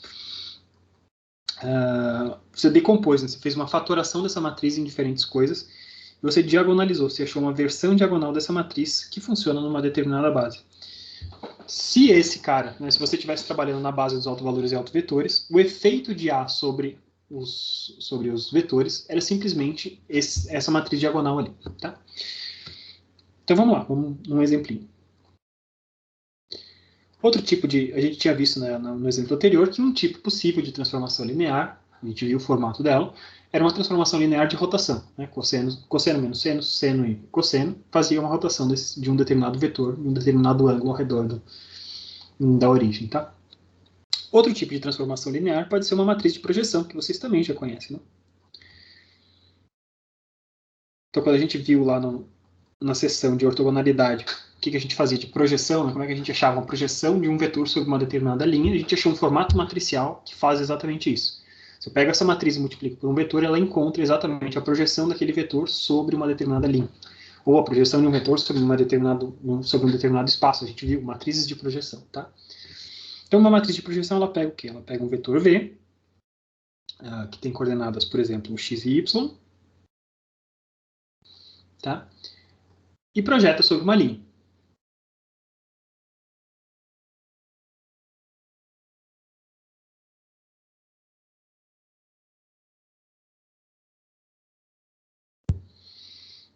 Então, digamos que eu tenho aqui o meu plano, x e y, tal. Eu tenho uma determinada linha. Dependendo de qual linha for essa, eu vou ter uma determinada matriz de projeção. Tá? E essa matriz de projeção vai pegar um vetor V qualquer e vai fazer o seguinte, vai projetar ele, vai achar qual é a projeção desse. Se o vetor V estiver aqui para cima, ela vai fazer isso. Se o vetor V estiver aqui para baixo, ela vai fazer isso aqui. Ela está projetando sobre essa linha específica, tá? No meu espaço de R2, eu estou projetando ali. Tá? Então, esse é o efeito dessa matriz. Tá? Digamos que a minha linha, tá? Aquela linha sobre a qual eu estou projetando, por exemplo, a linha y igual a menos x. Tá?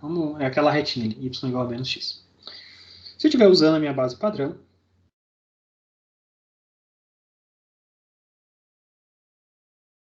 e a minha base padrão é a minha base cartesiana, né? Eu tenho o primeiro vetor, 1 e 0, o segundo vetor, 0 e 1. Tá? Projetar sobre essa linha y igual a menos x, vou ver o que acontece, né, com essa transformação linear desses dois vetores. Então, o vetor 1 e 0, y igual a menos x é essa linha aqui que eu desenhei. Né? O vetor 1 e 0, então, está aqui. Ele vai ser projetado na menor distância possível sobre essa linha aqui. Essa linha está a 45 graus, então, basicamente, o resultado disso aqui vai ter que ser igual a meio e menos meio. Tá? Então, aquele vetor que estava na direção de 1 e 0, na hora que é projetado sobre essa linha y igual a menos x, então eu tenho ali menos meio, meio na direção de x e menos meio. Tá? Então, na hora que você vai fazer a projeção desse cara, dá isso. Na hora que eu pego o segundo vetor da base, que é o vetor 0 e 1, e projeto ele sobre a minha base, projeto sobre essa linha, desculpa, e faço essa projeção. Da mesma forma, a gente vai chegar agora à conclusão que eu tenho menos meio e meio. Tá bom? Ou seja, nessa minha base padrão, a representação da matriz de projeção que a gente tem é o seguinte: meio menos meio, menos meio e meio. Botei nas colunas as transformações nesses caras aqui. Bom, a gente pode checar várias coisas diferentes, né? Então, uma vez que já está projetado nessa direção, se eu aplicar de novo essa mesma matriz, o que acontece? Não acontece nada, porque ela já está naquela mesma direção. E vocês podem conferir, né? Então, confiram, por exemplo, que A ao quadrado vai ser igual a A, nesse caso aqui. A transposto vai ser igual a A. Então, a gente tem várias coisas que a gente pode conferir nessa nossa carinha dessa nossa matriz. Tá? Então, isso foi para a minha base padrão. Utilizando a minha base 1 e 0, 0 e 1, cheguei nessa conclusão aqui. O que aconteceria se eu pegasse uma base de autovetores agora?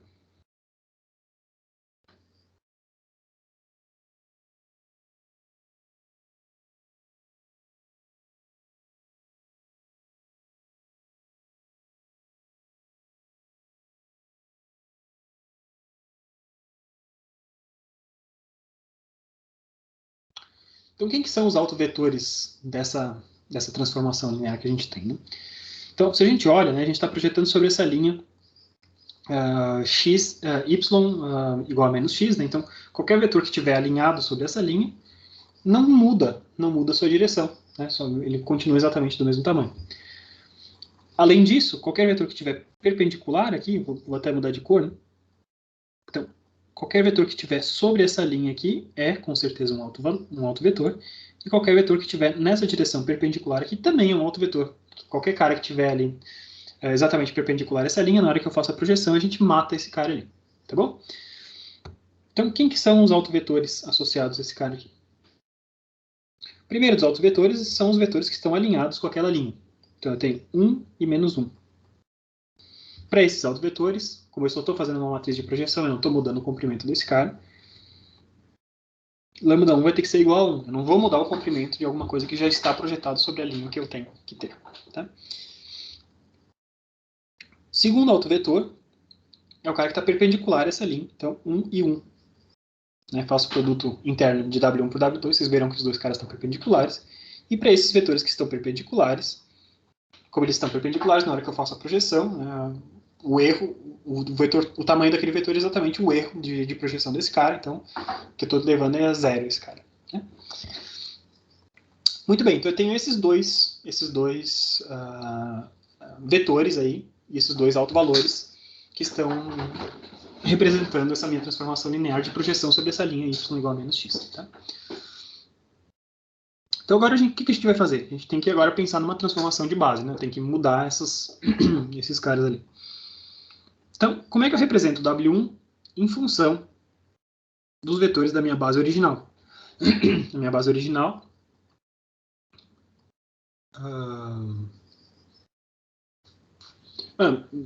esquece a transformação de base por enquanto, na verdade. Né? Vou pegar assim, vou pegar o W1 naquele formato padrão de alguma coisa que multiplica W1 e alguma coisa que multiplica W2. Então, logicamente, 1 vezes W1 e 0 vezes W2 vai ser o que representa esses caras aqui. E W2, da mesma forma, eu tenho 0 vezes W1 mais 1 vezes W2.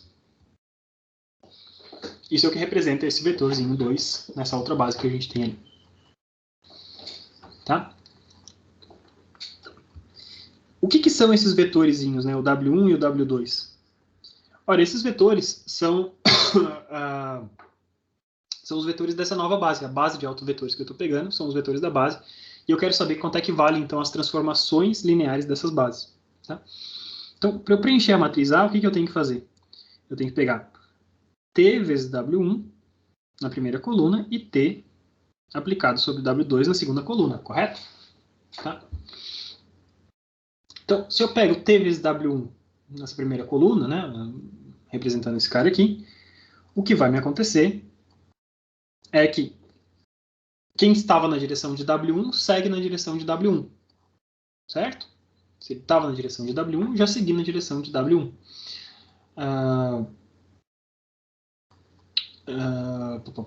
Beleza. Então, W1 tinha essa representação nessa base, né? Qual que é a representação de W1 nessa minha base? É 1 vezes W1 e 0 vezes W2, logicamente, né? Então, se ele tinha essa representação 1 e 0 nessa primeira base, e ele não teve seu comprimento alterado, então a representação desse cara segue sendo 1 e 0. 1 vez o primeiro vetor da base e 0 vezes o segundo vetor da base. O segundo vetor desse cara, o W2, são os vetores que estão perpendiculares àquela linha, então são os vetores que são levados a 0. Então, originalmente, ele tinha representação 0 e 1 nessa base. Tá? Só que nessa base agora, depois que eu apliquei a transformação sobre ele, eles são levados a 0 e 0, correto? deixaram de existir, né? O efeito da transformação linear na direção desse carinha ali ficou 0 e 0. E esse formato aqui especificamente, ele tem esse formato básico aí, fácil para a gente ver nesse nosso exemplo, né? Mas ele sempre vai ter a seguinte cara. Ele sempre vai ter formato W1, lambda 1, desculpa, 0 e 0 e lambda 2. Tá? E essa matriz aqui é exatamente aquela matriz lambda, a matriz triangular, a matriz diagonal que a gente tinha calculado antes. A diagonalização da minha matriz. Então, o que eu fiz aqui? Eu busquei, né, fazer o preenchimento de uma matriz A seguindo os mesmos padrões que eu tinha proposto aqui desde o começo da aula de hoje. Né? Então, aplique a transformação linear sobre os vetores da base escolhida. Escolhi vetores da base que são os autovetores associados a essa base. Na hora que eu faço essa transformação, eu percebo que o resultado desse cara, a representação do resultado desse cara, vai fazer aparecer e vai fazer brotar exatamente apenas os autovalores nas posições das diagonais desses caras aqui. Tá? Então, voltamos a fazer aparecer essa matriz diagonal que a gente tinha anteriormente. Isso tudo nos mostra o quê? Isso nos mostra que os autovetores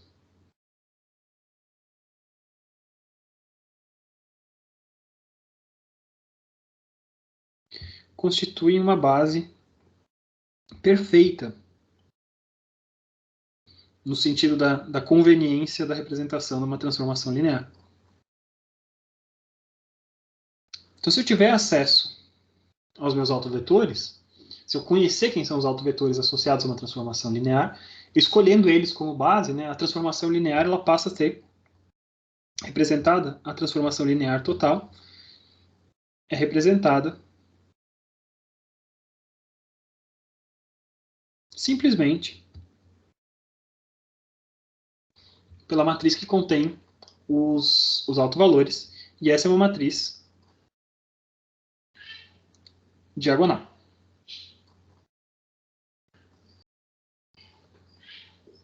Tá?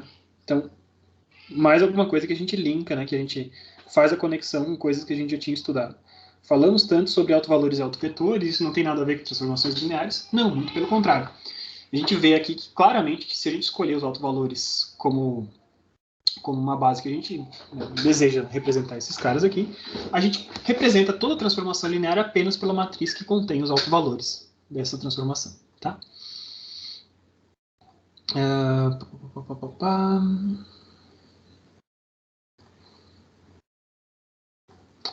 Deixa eu ver até onde eu vou mostrar aqui para vocês.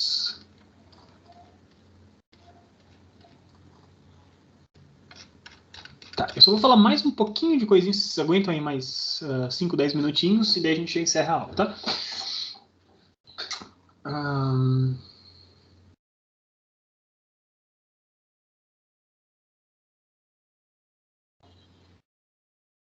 Então, se eu tenho uma matriz, sempre que eu tiver... Opa!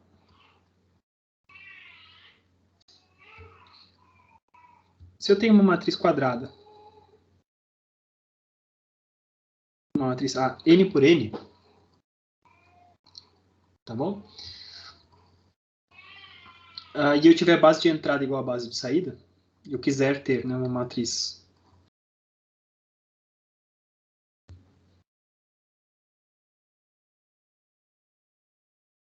com base de entrada igual a base de saída,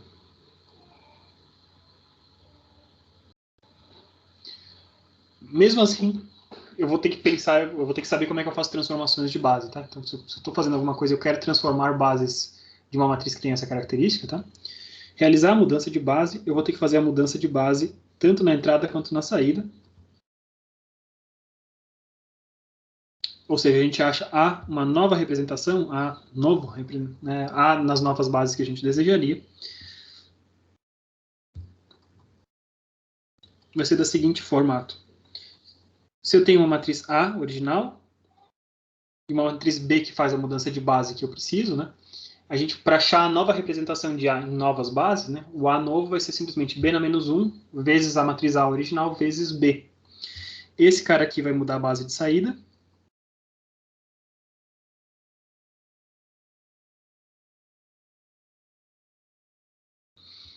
E esse carinha aqui muda a base da entrada.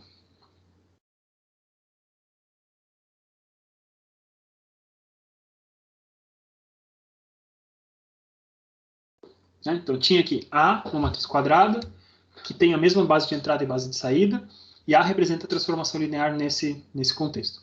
Se eu quiser transformar e mudar as bases desse cara para uma nova matriz, a nova representação de A vai ser simplesmente pegar uma matriz de mudança de base de uma para outra, pré e pós multiplicar nessa ordem. Né? Pré multiplica por B na menos 1 e pós multiplica por B. Então, quando isso aqui acontece, a gente vai fazer dessa forma. Contudo, no caso geral,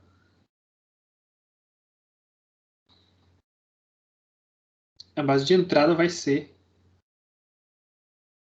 diferente da base de saída. É muito comum, é muito mais comum que em aplicações físicas e todas que a gente tenha bases de entrada diferentes das bases de saída. Tá? Inclusive, né, para muitos fenômenos físicos, né,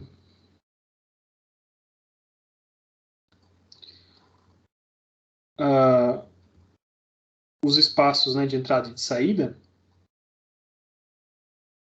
podem ter dimensões diferentes.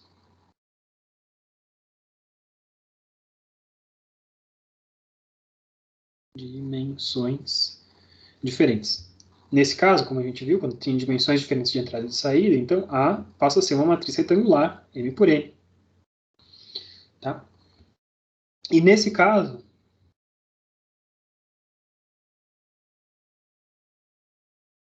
pinta a pergunta, né? Então a gente perdeu completamente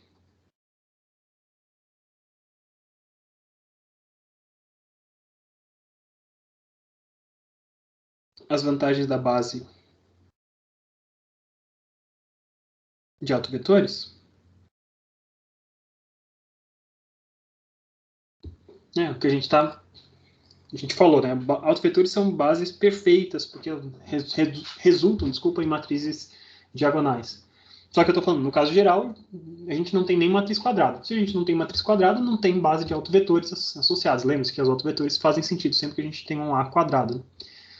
Então, quer dizer que a gente perdeu? Essa base perfeita só existe no caso específico quando a gente tem transformações lineares que levam de espaços de mesmas dimensões, entre espaços de mesmas dimensões? Não necessariamente, né? No tópico anterior, a gente viu o quê? Então, quando a gente precisa escolher uma base,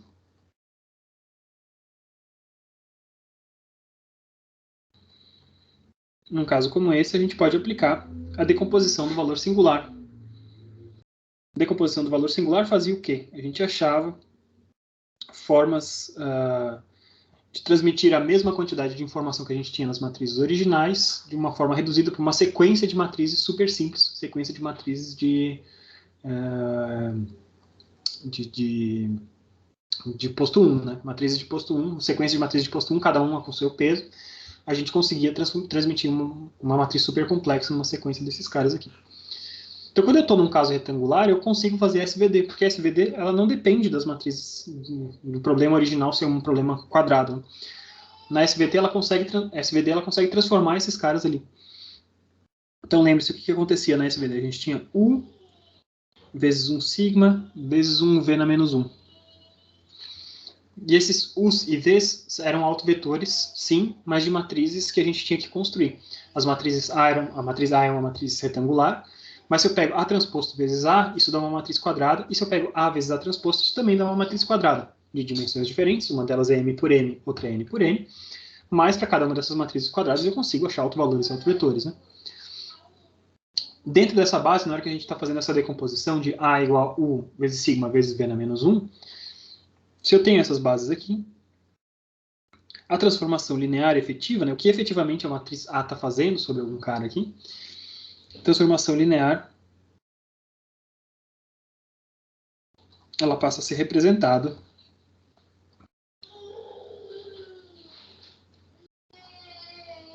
nas bases de entrada e saída adequada.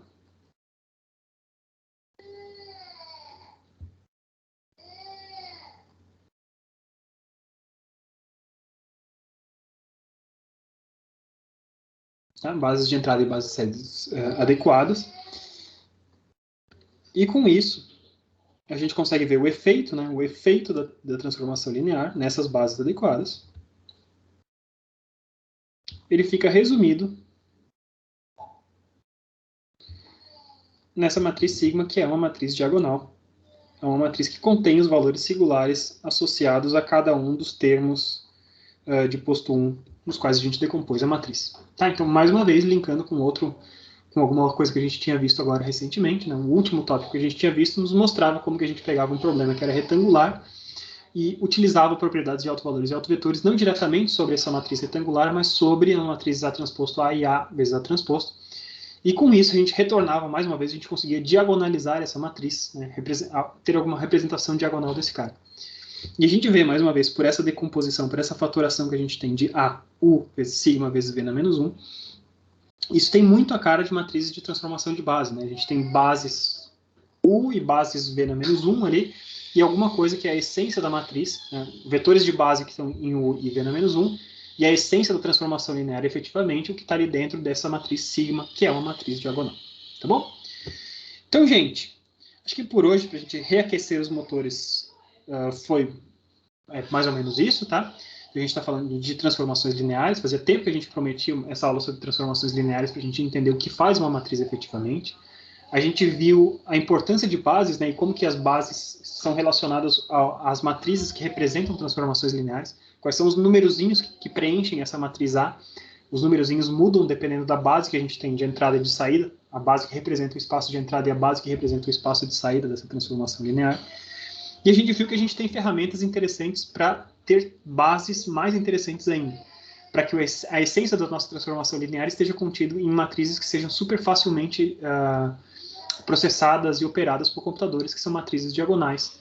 No caso de matrizes quadradas, logicamente a gente procurará bases de autovetores, e no caso de matrizes retangulares, a gente sempre pode recorrer à decomposição do valor singular para ter os mesmos tipos de propriedades e resumir o efeito da transformação linear dentro de uma matriz diagonal, como eu estou mostrando para vocês. A partir da próxima aula, né, vocês conversam entre vocês e vocês me respondam aqui no nosso chatzinho, né, eu vou fechar a aula daqui a pouco, como vocês estão ouvindo, eu preciso dar uma mão ali. Vocês me mandam ali a resposta se vocês querem fazer a aula amanhã, das 5h10 até as 7, ou na segunda-feira, a gente tinha combinado, acho que era das 5h50 em diante, né, mais 2 aulas, se eu não me engano era isso. Ou das 6 em diante, alguma coisa assim. Então, vocês me dizem qual dos dois vocês preferem. Eu, particularmente, prefiro que a gente mantenha na quinta-feira, mas se vocês já tiverem marcado outras coisas para o mesmo horário, eu entenderei e a gente mantém a aula da segunda-feira, tá? Então, o que a gente vai continuar falando? A gente vai falar um pouquinho mais de bases. Até agora eu mostrei coisas de bases para as quais a gente já tinha as ferramentas e eu vou mostrar para vocês outros tipos de coisas de bases para as quais a gente ainda não tem as ferramentas, mas a gente vai falar coisas interessantes, né? Transformadas de Fourier, por exemplo, e transformada rápida de Fourier tem muito a ver com mudanças de base, como eu desejo mostrar para vocês rapidamente, né? Não é um curso de transformadas de Fourier, afinal de contas vocês farão um cálculo 3 no semestre que vem e vão aprender esse negócio com muito mais propriedade do que eu conseguirei mostrar para vocês, mas mostrar para vocês, então, um pouco da lógica do que há por trás das transformada de Fourier e transformada rápida de Fourier, e o que isso tem a ver com mudanças de base. Então a gente pega sinais super complexos e decompõe em componentes principais. Mais ou menos a ideia do que a gente tinha na SVD, só que seguindo a lógica de Fourier aqui. E a gente vê, então, a gente vai ver o que isso tem a ver com bases, né?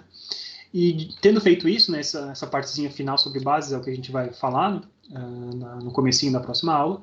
Depois disso eu vou falar só sobre exemplos de transformações lineares. Alguns a gente já viu, então coisas como rotações, projeções, reflexões, tudo isso tem representações de transformações lineares, e tem outros tipos de transformações que a gente consegue representar também como transformações lineares. Desejo mostrar para vocês como que se a gente pensa, por exemplo, num espaço de funções de polinomiais, por exemplo, né, a gente consegue representar derivadas integrais polinomiais através de operadores lineares, de transformações lineares como essas, né? Então a gente consegue representar, construir uma matriz que, dados os coeficientes de um determinado polinômio, a matriz aplicada sobre aquele polinômio faz a derivada desse polinômio, faz a integral desse polinômio, por exemplo, né? Então é só uma forma da gente explorar possibilidades diferentes que a gente pode ter aqui dentro, tá bom? Gente, eu agradeço a compreensão de vocês. Desculpa se eu não consegui manter o mesmo nível de energia normal, né, como eu falei no começo da aula. E que eu estou convidado. Então, eu estou aqui me adaptando a essa nova realidade. Até acho que consegui falar relativamente bem num ritmo compatível com as outras aulas, mas não garanto que sempre será assim, tá? Então, a gente vai ter que ir aprendendo a lidar com essa situação nesse momento. E conforme eu falei para vocês, reforço, né? Lembre-se que eu estarei, então, confinado em casa pelos próximos vários dias, aí, pelas próximas 2 semanas, provavelmente estarei aqui de casa. Então, infelizmente, não nos encontraremos, né? Como a gente vinha se encontrando no campus na segunda-feira à tarde, ainda que de corredor, apenas se olhando, assim, né? A gente não vai mais se encontrar nessas próximas 2 semanas, pelo menos. O Breno me pergunta se a gente tem uma data em mente para avaliação. Provavelmente a penúltima semana do semestre, que eu não sei exatamente aqui de cabeça quando é que é, Breno. Eu acho que é a semana do dia 24 de janeiro, né? Daqui a 3 semanas. Tá? Provavelmente vai cair ali. Então, essa semana, as aulas dessa semana, a gente conclui o que eu vou passar para vocês de álgebra linear. Teria muito mais coisa para passar de álgebra linear, né? Mas eu acho que com o que a gente está apresentando agora, dá um panorama bacana para vocês. As próximas 2 semanas a gente trata de temas de geometria analítica, e daí na terceira semana, na semana do dia 24, a gente faz a segunda avaliação, tá? Beleza? Valeu, Breno. Então tá. Então, gente, obrigado pela atenção de vocês. Cuidem-se bem aí. Se vocês tiverem a mínima dúvida que talvez estejam contaminados, busquem testes, tá? Os testes em farmácia são super fáceis de fazer, rápidos, né? O resultado em 20 minutos, vocês ficam sabendo. No meu caso, por exemplo, era simplesmente uma dor de cabeça, alguma coisa assim, e eu fui atrás simplesmente porque meus filhos não são vacinados, não estão em idade de vacinação, e a gente precisava saber o que era para a gente monitorar bem. E indo atrás disso, a gente descobriu aqui em casa que estávamos contaminados, né? E é importante, talvez não seja o caso de vocês, não tenham crianças em casa, ou não tenham gente não vacinada em casa, mas se vocês tiverem disponibilidade de ir atrás disso, ou procurar serviço de saúde, ou tiverem alguma dúvida, né? Talvez aquela pessoa com quem eu passei o Réveillon, né, tava espirrando, tossindo, será que eu peguei alguma coisa? O bicho tá rolando mesmo, acho que vocês estão sabendo, tem mais de um, né? Tem o corona, variantes diferentes de corona rolando, e além disso tem influenza rolando, né? Um surto de gripe bastante forte também, então fiquem bem ligados na saúde de vocês, que a gente está num momento meio crítico aí para a saúde pública do Brasil, tá bom?